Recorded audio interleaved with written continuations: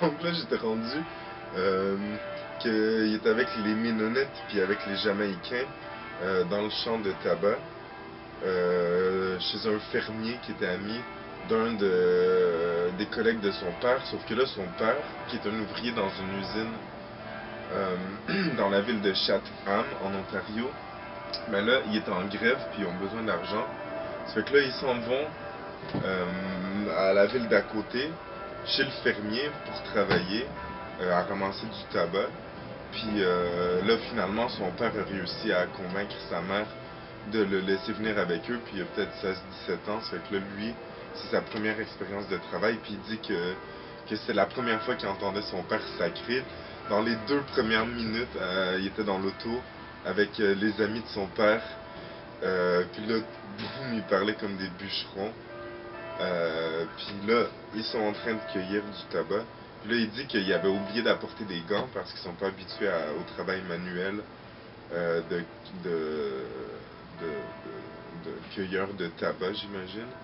Puis que ceux qui étaient habitués, les Ménonites et les Jamaïcains, ben eux, il y avait des gants puis il n'y avait pas de pièces de métal dans sous leurs mains.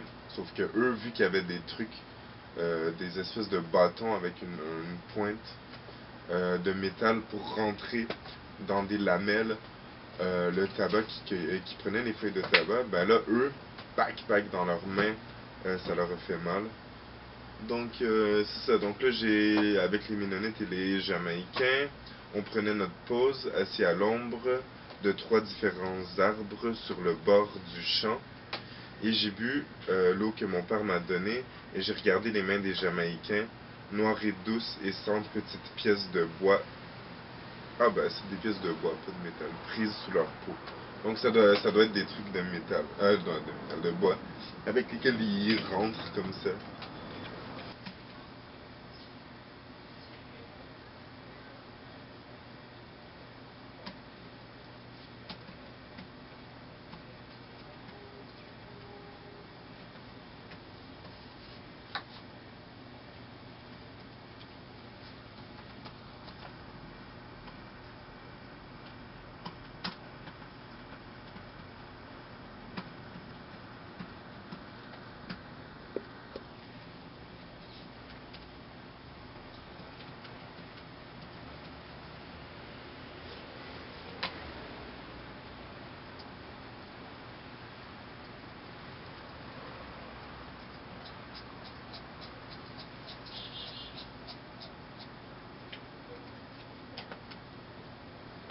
Dis-moi, David, est-ce que tu peux lire ce que tu es en train d'écrire? Ouais, un instant.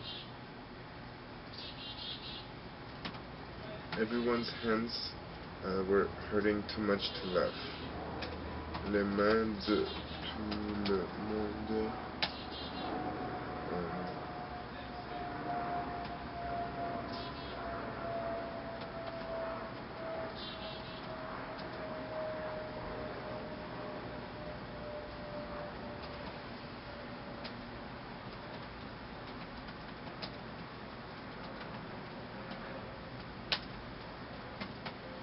The Jamaicans and the Mennonites pulled off their gloves to drink from the jugs of water. Because none of us had thought to bring gloves, our hands were pink, almost red, from pounding the tobacco plants and handling their coarse wooden slats.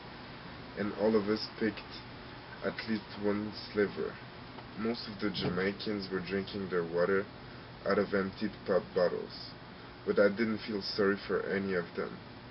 They and the Mennonites and us were spending the break sitting in the shade of 3 different trees on the edge of the field, and I drank the water my dad handed me, and I looked at the hands of the Jamaicans, black and soft and without any little pieces of wood stuck underneath their skin.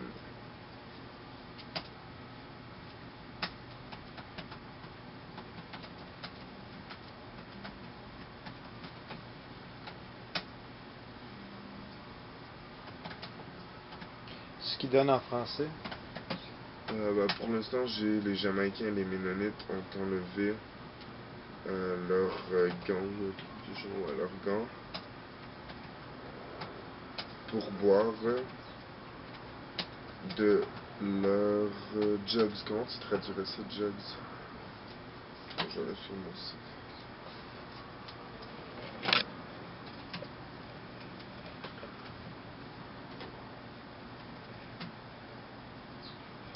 Leurs cruches, de leur pot d'eau, de leur cruche d'eau, de leur carafe, de leur pichet.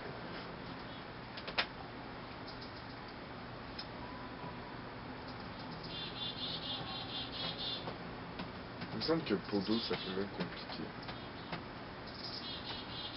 Puis mon but, c'est de... parce que Robertson écrit comme entre l'oral et le descriptif, le narratif. Donc mon but, c'est de le garder assez simple, assez oral. Donc par exemple, quand il parle à la deuxième personne du pluriel en anglais, ça fait un effet différent qu'en français. Donc moi, j'utilise pas mal plus le mot on. Je veux dire, c'est la locution, en tout cas la forme on. Par exemple, on est allé à l'épicerie en voiture et on a acheté une caisse de boissons gazeuses.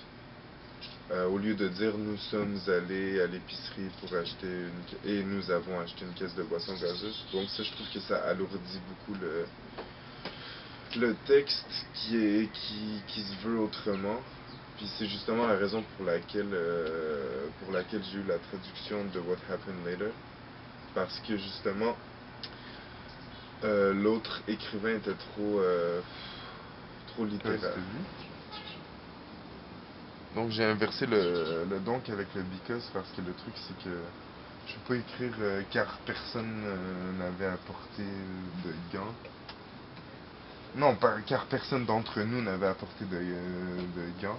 C'est que c'est mieux personne n'avait apporté de gants. Donc le because je le remets de l'autre côté.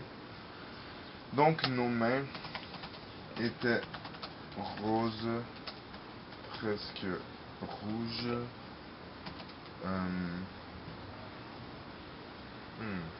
From pounding the tobacco plants.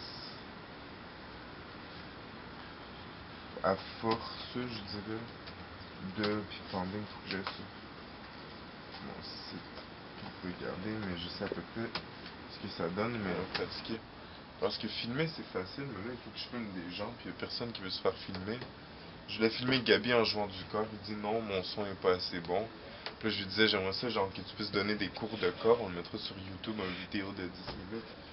Mais là il veut pas coopérer, donc je peux pas le faire avec lui.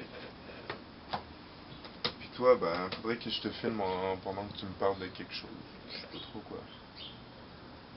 Ou maman, mais maman en veut pas, comme avec le truc de toilette que j'avais pensé, ça aurait été amusant pour toi. Donc, ok, à force de marteler quoi.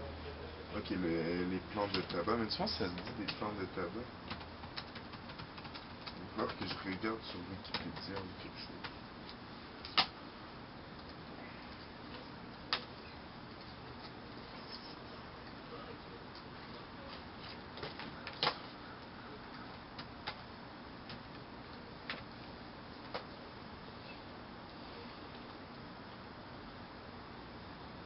Ouais, ils disent ça se dit un plan de tabac.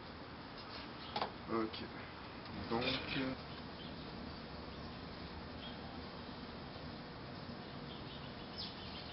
très même. Tu vois comme au hockey, en anglais ils disent stick handle, puis en français on dit le maniement de la balle, smash. Qu'est-ce que tu dirais comme course? C'est comme des planches de bois, des lamelles de bois qui sont comme raw, comme ils disent en anglais.